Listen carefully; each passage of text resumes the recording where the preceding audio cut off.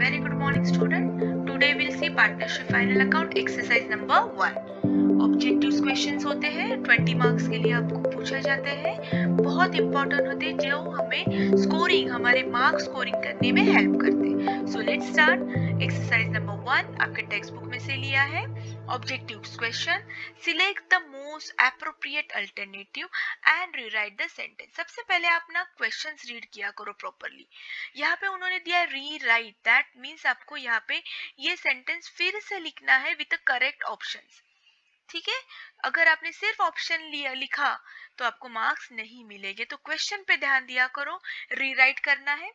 When there is a no partnership form agreement between partners, division of profit, of course that will be equal. ये जब मैंने final account का chapter सिखाया तभी mention किया है. अगर आप नए हो चैनल पे तो पहले मेरे वीडियोस देखो, इसके पूरे अनसॉल्व जो प्रॉब्लम है फाइनल अकाउंट के मैंने सॉल्व किए हैं और अपलोड किए हैं. Okay, so answer will be a equal. Next, to find out net profit or net loss, of course हमको कौन सा अकाउंट ओपन करना है. देखो मोस्ट प्रोबेबली क्वेश्चन में ही आंसर होता है, तो प्रॉफिट एंड लॉस अकाउंट. और डैश इज इंटेंजिबल असेट, तो इसमें से स्टॉक, फर्नीचर, कैश, ये तीनों भी हमें आंखों से दिखते हैं, सिर्फ गुडविल ही नहीं दिखता है, तो answer will be a goodwill. In the absence of agreement, ये याद रखना है आपको, interest on loan advance by the partner is allowed 6%. ये आपको याद रखना है. जब एग्रीमेंट में कुछ लिखा नहीं है, interest on loan advance by the partner, partner ने अगर फर्म को लोन दिया तो उसको कितना परसेंट इंटरेस्ट मिलना चाहिए, अगर ये एग्रीमेंट में मेंशन नहीं किया होगा तो assume that it will be a 6%. Next, liability of partners is a, of course that is a unlimited. ये मैंने जब एक्सप्लेनेशन दिया था फाइनल अकाउंट का इंट्रोडक्शन का तभी एक्सप्लेन किया है कि लायबिलिटी ऑफ पार्टनर अनलिमिटेड होती है. मतलब अगर उनकी बिजनेस के असेट बेचकर भी लायबिलिटी अगर पे ऑफ नहीं होती है तो पार्टनर्स की पर्सनल प्रॉपर्टी भी सेल की जा सकती है और उससे पैसे वसूल किए जा सकते हैं. ओके, तो इनकी पार्टनरशिप जो होती है, उनकी जो लायबिलिटी जो होती है वो अनलिमिटेड होती है. The Indian partnership act four since 1932, इसकी मैंने आपको ट्रिक भी बताई थी कि पार्टनरशिप कब फॉर्म होगी, मिनिमम 2% होने चाहिए. कोई एक बंदा रहेगा तो वो नहीं पार्टनर्स में कर सकता है ना बिजनेस स्टार्ट, तो उसको तो हम सोल ट्रेडर कहेंगे. लेकिन और एक बंदा अगर उसको जुड़ गया तो ये अब क्या कहलाएगी, पार्टनरशिप फॉर्म. ओके, तो ये मिनिमम हमें 2% लगते हैं, इसलिए याद रखना है 32. Maximum number of partner in a firm are dash to the companies act, तो मैक्सिमम हम कितने पार्टनर्स अलाउड कर सकते हैं, 50. Got it. सो ये ऑब्जेक्टिव्स आपको ये पूरे रीराइट लिखने, आसानी से आपको 1 मार्क्स मिल जाते. अगर आपको अकाउंट में स्कोर करना है तो आपको ऑब्जेक्टिव्स कवर ही करने होंगे, चैप्टर रीड करना होगा. Next, write the word, phrase, term which can substitute each of the following sentence. अब यहाँ पे आपको क्या करना है, सिर्फ एक टर्म्स लिखनी है. यहाँ पे रीराइट नहीं करना है, यहाँ पे सिर्फ आपने टर्म्स लिखा, उसका आंसर लिखा तो भी आपको मार्क्स मिल जाएंगे. Person who form the partnership firm, of course partners. Amount of cash और goods withdraw by a partner from the business, ये तो हम लोग 11 से सीख रहे हैं. Drawing an association of two or more person according to Indian Partnership Act, उसको हम क्या कहेंगे, इंडियन पार्टनरशिप. देखो क्वेश्चन में ही आंसर होता है बहुत बार. ठीक है, act under which partnership are regulated, अभी मैंने बताया एक्ट कौन सा है हमारा, इंडियन पार्टनरशिप एक्ट. तो act under which partnership firm regulated, आप ऐसे भी लिख सकते हो इंडियन पार्टनरशिप एक्ट 1932, ये पूरा भी आप ऐसे लिख सकते हो 1932. Okay, process of entering name of the partnership firm in register of registrar, कहाँ पे हम करते, देखो इसमें ही आंसर दिया है रजिस्ट्रेशन. उसको क्या कहेंगे, हमने रजिस्टर किया तो रजिस्ट्रेशन कहेंगे. पार्टनरशिप एग्रीमेंट, एग्रीमेंट को ही डीड कहते हैं, तो फिर से देखो इसमें ही आंसर दिया है partnership deed. Under this method capital balance of partner remain constant. अगर आपने पूरे मेरे प्रैक्टिकल प्रॉब्लम देखे होंगे तो मैंने वहां पे एक्सप्लेन किया है कौन सी मेथड होती है। तो this is called fixed capital method. दूसरी मेथड होती है फ्लक्चुएटिंग कैपिटल मेथड। मतलब फ्लक्चुएटिंग कैपिटल मतलब क्या, वही पार्टनर्स कैपिटल में हम salary, commission, profit add minus सब करेंगे। लेकिन जब फिक्स्ड कैपिटल मेथड होती है तो हम और एक अकाउंट ओपन करते, करंट अकाउंट, जिसमें हम सब कुछ पार्टनर से रिलेटेड एडजस्टमेंट करते हैं। तो प्लीज आप पहले प्रैक्टिकल प्रॉब्लम देखो, ये वीडियो अपलोड किए हैं एंड डोंट वरी, मैं डिस्क्रिप्शन बॉक्स में भी इसकी लिंक शेयर करूंगी। ऊपर आई बटन है, आई बटन पे भी मैं इस चैप्टर की लिंक शेयर करूंगी। ओके, तो आपको समझ में आ जाएगा। Next, proportion in which partner share profit. Of course that is a profit sharing ratio. कौन सा प्रोपोर्शन होगा, रेशियो, प्रॉफिट शेयरिंग रेशियो होगा। such capital method in which only capital account is maintained for each partner। देखो अभी मैंने यहाँ पे explain किया है। तो कौन सा कैपिटल हम ओपन करते हैं, फ्लक्चुएटिंग कैपिटल मेथड, कि वहां पे सिर्फ हम एक ही कैपिटल अकाउंट ओपन करते, करंट अकाउंट मेंटेन नहीं करते हैं। ओके, तो जो भी होगा salary, commission, net profit, drawing, जो भी होगा हम एक ही कैपिटल में एडजस्ट करेंगे। the account to which all adjustment made when capital is fixed, that is a current account। expenses paid, due है लेकिन paid किया है, prepaid expenses already आपको सब पता है। so से कितना सिंपल है एक एक मार्क्स गेन करना। the account that prepared at end of the accounting year, of course कौन सा अकाउंट ओपन करते, final account. end of the year, देखो end of the year of course final account क्यों करते हैं, to find out the profit and loss account. जैसे आपको पता है हमारा पहले ट्रांजैक्शन होती है, फिर जर्नल होता है, फिर लेजर होता है, फिर उसके बाद ट्रायल बैलेंस होता है, और फिर एंड ऑफ द ईयर कौन सा अकाउंट होता है, final account. Got it. So ये ऑलरेडी हमने सब 11th में ही सीखा है। Next one, an asset which can be converted easily, तो इसको लिक्विड एसेट कहते हैं या करंट एसेट भी कहते हैं, जो इजीली लिक्विड इमीडिएटली कन्वर्ट होता है कैश में। ओके, अगर बिल्डिंग कहा तो बिल्डिंग इमीडिएटली एक दिन में सेल हो जाएगी क्या, नहीं, it is a long process, so that is not a current account, current asset, right. Order in which fix asset are recorded in the balance sheet, order of liquidation, इसको star mark करो। जब board के exam में जाओगे तो 2-3 बार पढ़ कर जाओ, क्योंकि ये यूजुअली जनरली हम यूज नहीं करते ये ऑर्डर ऑफ लिक्विडेशन। ओके, तो किस सीक्वेंस से हमें असेट लिखना है उससे हम कहते हैं ऑर्डर ऑफ लिक्विडेशन। देखो यहाँ पे मैंने एक्स्ट्रा नोट भी दी है, आप पढ़ो। हम बैलेंस शीट में कैसे usually take to convert them into cash, तो cash always write first and goodwill always write last.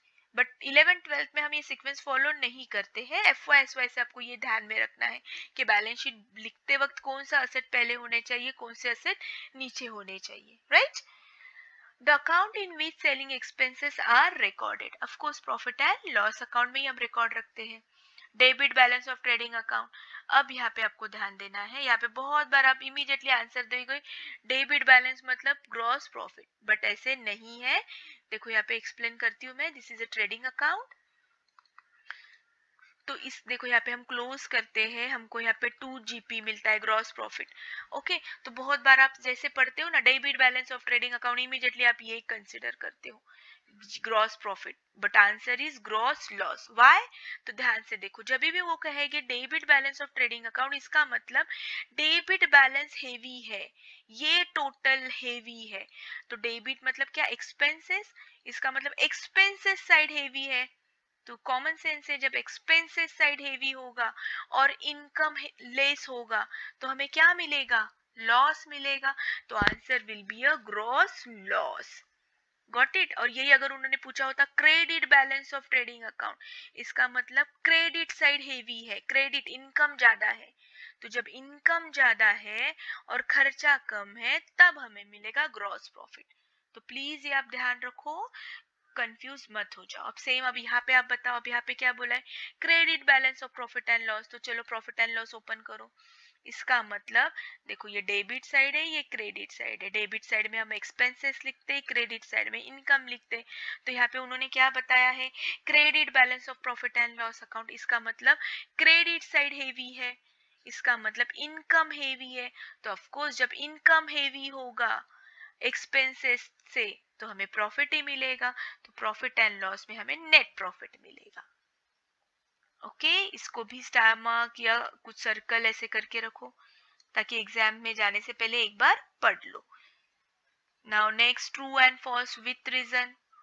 यहाँ पे आपको विथ रीजन देना है, इसका मार्क्स होता है 2.5 मार्क्स, उसमें से 1 मार्क्स होता है ट्रू एंड फॉल्स के लिए, और बचे हुए जो 1.5 मार्क्स होता है वो रीजन के लिए होता है।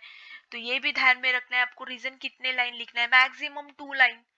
आप पूरा पैराग्राफ लिखते हो, मार्क्स तो 1.5 मार्क्स है, वैलिड रीजन आप 1.5 से 2 लाइन में लिखो, you will get full marks. Got it? So first, partnership firm is a non-trading concern. So of course this is a false. तो अब यहाँ पे क्या लिखोगे, partnership firm is work for profit. So this is called trading concern. Simple. Next, profit and loss is a real account. This is also false. Reason लिखोगे because profit and loss is a nominal account where we record expenses and income of the business. Done. Carriage inward is a carriage on purchase.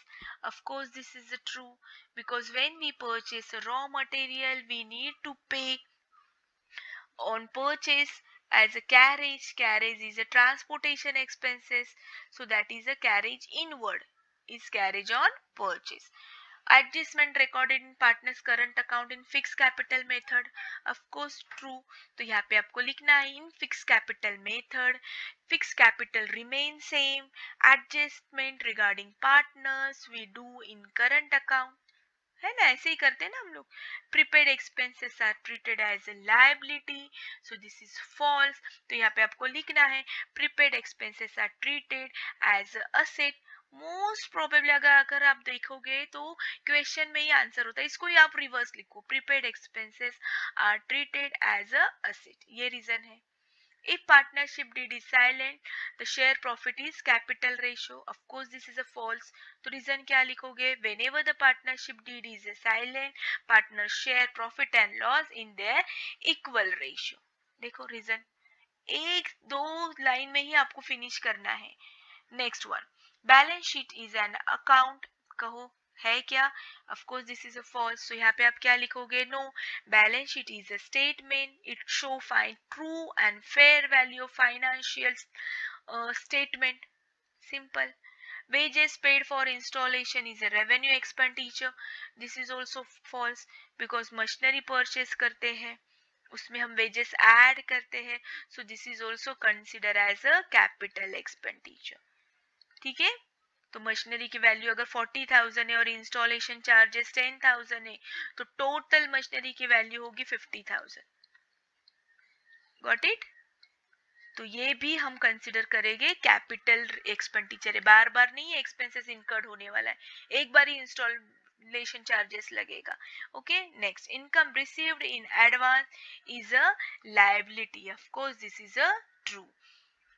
RDD created on creditors, this is false. reason RDD created on debtors. ठीक है, ये आप इसके लिए आपको text book read करना है, आप टेक्स्ट बुक अच्छे से रीड करो, आप हर क्वेश्चन का आंसर दे सकते हो। Depreciation not calculated on current asset, true, because depreciation always calculated on fixed asset. Goodwill is intangible, true. Direct expenses debited to trading account, sorry, indirect expenses debited to trading account, false. reason क्या लिखोगे? always direct expenses are debited to trading account. bank loan is current liability, false, because bank loan is a fix liability. Current liability मतलब क्या? जो 6 months में पे करते हैं। Bank loan हम 6 मंथ्स में पे नहीं कर सकते हैं या 1 ईयर में पे नहीं कर सकते हैं, ठीक है, ये बड़ी लायबिलिटी होती है जिसको हम 2-3 साल में पे करते हैं, so this is a fix liability. Net profit is a debit balance of profit and loss account, अभी मैंने लास्ट स्लाइड में सिखाया है। तो this is a credit balance, जब क्रेडिट साइड हेवी होगी, मतलब इनकम साइड जब हेवी होगी तभी नेट प्रॉफिट मिलेगा, तो this is a false. Reason क्या लिखोगे? इसको ही कन्वर्ट करो, net profit is a credit balance of profit and loss account. Got it? और ये बहुत इजी है, इसमें से और आपको ये करना है, सिलेक्ट करना है wages salary, royalty, import duty, तो उसमें से वेजेस, रॉयल्टी, इंपोर्ट ड्यूटी हम ट्रेडिंग अकाउंट में लिखते हैं। सी प्रॉफिट, सैलरी भी हम प्रॉफिट एंड लॉस में लिखते हैं, तो answer will come salary. Postage, stationery, advertising, purchase, तो ये तीनों तो हम प्रॉफिट एंड लॉस में लिखते हैं, ये ट्रेडिंग में लिखते हैं, इसलिए ये ऑड मैन आउट हो गया। Capital, bill receivable, reserve fund, bank OD, इसमें से capital, reserve fund, bank OD हम लायबिलिटी में लिखते हैं, सिर्फ बिल रिसीवेबल एसेट में लिखते हैं, तो ये ऑड हो गया। बिल्डिंग, मशीनरी, फर्नीचर, ये तीनों हम असेट में लिखते हैं, ठीक है। बिल्स पेबल हम लायबिलिटी में लिखते हैं, तो ये हो गया हमारा odd. Discount received, dividend received, interest received, ये सब इनकम है, तो ये हम क्रेडिट साइड में लिखते हैं प्रॉफिट एंड लॉस के। लेकिन डेप्रिसिएशन लॉस है, तो हम ये प्रॉफिट एंड लॉस के डेबिट में लिखते हैं, ठीक है। तो हमारा आंसर आएगा डेप्रिसिएशन। थोड़ा लॉजिक यूज करो। कंप्लीट द सेंटेंस, यहाँ पे भी आपको पूरा सेंटेंस लिखना है, कंप्लीट करना है। Profit, partners share profit and loss in their equal ratio. Registration of partnership is optional in India, ये भी पहले चैप्टर में दिया ही है, आप रीड करो। यहाँ पे रिटर्न भी लिख सकते हो, ओरल भी हो सकती है, आप रजिस्ट्रेशन कर भी सकते हो, नहीं भी कर सकते हो, यस, बट सेफर साइड आजकल मोस्ट प्रोबेबली हम लोग रिटर्न फॉर्म में लिखते ही है, safer side, okay. Partnership business must be of course lawful, ये भी मैंने इंट्रोडक्शन के चैप्टर में सिखाया है। Liability of partner in partnership is unlimited, अगर हमने बहुत सारा लोन लिया है फर्म के लिए और अब हमारे पास उतने असेट नहीं है सेल करने के लिए, तो बैंक, फाइनेंशियल इंस्टीट्यूट जिन्होंने हमको लोन दिया है वो पार्टनर्स के घर जाके पार्टनर्स की पर्सनल प्रॉपर्टी भी सेल आउट कर सकते हैं और अपना लोन वसूल कर सकते हैं, तो partners liability is unlimited. Balance of drawing of partner is transferred to the current account under fixed capital method. ये भी अगर आपने प्रैक्टिकल प्रॉब्लम सॉल्व किया है तो आपको इमीडिएटली समझ में आएगा। हम कहाँ रिकॉर्ड करते, एक अकाउंट ओपन करते, current account. Sun and moon का प्रॉब्लम देखो, problem number I think 8, okay. Problem number second भी देखो अनसॉल्व्ड, उसमें भी करंट अकाउंट किया है। प्रॉब्लम नंबर 9 एंड 10 भी करंट अकाउंट से ही रिलेटेड है, तो प्लीज प्रैक्टिकल प्रॉब्लम सॉल्व करो। The interest on capital is debited to dash account. Of course, profit and loss अगर आपको याद रहेगा तो इंटरेस्ट ऑन कैपिटल ये फर्म के लिए एक्सपेंसेस होता है, तो प्रॉफिट एंड लॉस के डेबिट में लिखते हैं एंड पार्टनर्स के क्रेडिट में लिखते हैं, okay. Partners are dash liable for debts of the business, so that is a joint and several, जैसे कि यहाँ पे मैंने एक्सप्लेनेशन दिया है, ठीक है। कुछ भी हो जाओ, एक पार्टनर भी अगर इंसॉल्वेंट होता है तो भी दूसरे पार्टनर्स को उसकी लायबिलिटी पे करना होती है, वो अपने हाथ ऊपर नहीं कर सकता है कि मेरा इससे कोई रिलेशन नहीं। बोथ आर पार्टनर्स, उनकी जो लायबिलिटी होगी वो भी जॉइंट एंड सेवरल होगी। Partnership deed is an agreement of partnership, actually यहाँ पे ये प्रिंटिंग मिस्टेक दिया है, आंसर गलत दिया है टेक्स्ट बुक में, तो यहाँ पे होना चाहिए partnership deed an agreement of partnership, ठीक है। एक्चुअली ये क्वेश्चन ही थोड़ा सा मुझे गलत लग रहा है, बट ठीक है, okay. Next one, the withdrawal by partners for a personal use, of course क्या आएगा answer, debited to his account. Debit मैंने ये भी कहा है, D for debit, D for drawing. Commission payable to partner is a liability to the firm, payable अभी तक पे करना बाकी है, कोई भी एक्सपेंसेस पे करना है चाहे वो पार्टनर्स को हो या और किसी और को हो, वो सब कुछ क्या होता है, लायबिलिटी। इसका ही मतलब कमीशन पेबल मतलब ही आउटस्टैंडिंग कमीशन जो हमें फ्यूचर में पे करना है, मतलब टेंशन है मतलब liability, okay. When partners adopt fixed capital method, they have to operate, of course, current account. If partners current account show credit balance, it show the liability side of the balance sheet. अब ये जो है ना, ये थोड़ा सा आप side में रखो, जब मैं आपको एडमिशन ऑफ पार्टनर्स वगैरह सिखाऊंगी, ऑलरेडी इसके वीडियो मैंने अपलोड किए हैं, तो जब आप सीखोगे एडमिशन ऑफ पार्टनर्स तब आपको समझ में आएगा डिसोल्यूशन, रिटायरमेंट की ये क्या है, तो वो चैप्टर आप कंप्लीट कर लो, ऑटोमेटिकली ये आपको समझ में आ जाएगा। अभी मैं एक्सप्लेनेशन दूंगी, अगर आप फर्स्ट ही चैप्टर कर रहे हो, अभी तक आपने स्टार्ट नहीं किया एडमिशन, रिटायरमेंट वगैरह, तो आपको समझ में नहीं आएगा, तो मुझे आपको कंफ्यूज नहीं करना है, okay. The expenses paid for trading purpose are known as a trade expenses, cash receipt which are recurring in nature, of course revenue capital जो बार बार रिसीव्ड होता है उसको रेवेन्यू कहते हैं, जो कभी कभार रिसीव्ड होता है उसको कैपिटल रिसीट कहते हैं। Return outward deducted from the purchase, ये ऑलरेडी हमने सीखा है। Expenses which are paid before due date, prepaid expenses, asset which are held business for a long period, short period के नहीं, long period, fixed asset, अगर यही उन्होंने पूछा होता short period तो हमने यहाँ पे लिखा होता current asset, okay? Trading account is prepared on the basis of कौन से एक्सपेंसेस, डायरेक्ट एक्सपेंसेस। बार बार मैंने जब ट्रेडिंग अकाउंट सिखाया तो मैंने कहा है कि ट्रेडिंग अकाउंट में हमेशा फैक्ट्री से रिलेटेड, प्रोडक्शन से रिलेटेड एक्सपेंसेस लिखना है, तो बुकिश लैंग्वेज में इसको कहते हैं डायरेक्ट एक्सपेंसेस, ओके। चलो next one, when commission allowed to any partner it is a expenses of the business या एक्सपेंडिचर ऑफ द बिजनेस, आप एक्सपेंसेस भी लिख सकते हो क्योंकि कमीशन देना होता है पार्टनर्स को। Goods are distributed as a free sample, of course advertisement के लिए डिस्ट्रीब्यूट करते हैं, ओके। तो जिन्होंने प्रैक्टिकल प्रॉब्लम सॉल्व किया है उनके लिए ये ऑब्जेक्टिव कुछ भी नहीं, क्योंकि जितना प्रैक्टिकल आप करोगे, जितना सॉल्विंग करोगे, ऑटोमेटिकली आंसर आपको मिल जाएगी। डू यू एग्री और डिसएग्री, यहाँ पे आपको सिर्फ लिखना है yes I agree, yes I disagree, बस। when the partnership deed is a silent partner share profit of the firm, so of course disagree, ठीक है। यहाँ पे आपको रीजन नहीं लिखना है। Current account always show debit balance, disagree, कभी कभी क्रेडिट बैलेंस भी बताता है। इट्स कंपलसरी पार्टनरशिप एग्रीमेंट नहीं, ऑप्शनल है हमारे इंडिया में। Partners firm is a trading concern, of course profit के लिए अर्न करता है, so I agree. See don't write reason here, यहाँ पे आपको रीजन नहीं लिखना है, सिर्फ एग्री या डिसएग्री लिखना है। आई एग्री, आई डिसएग्री, या सिर्फ एग्री या disagree. And interest on capital expenditure agree, जो कैपिटल पार्टनर्स इन्वेस्ट करता है उस पे बिजनेस को उनको इंटरेस्ट देना होता है, तो ऑफ कोर्स फर्म के लिए तो एक्सपेंसेस है। पार्टनरशिप इज एसोसिएट ऑफ 2 और मोर, यस कम से कम 2 चाहिए और मैक्सिमम 50 चाहिए। Partners are entitled to get salary and commission, no, जरूरी नहीं हर वक्त उनको सैलरी कमीशन मिले, हाँ, लेकिन अगर उन्होंने पार्टनरशिप एक्ट में लिखा है, मेंशन किया है कि yes partner should get salary and commission, तो, वरना हर वक्त कंपलसरी नहीं है।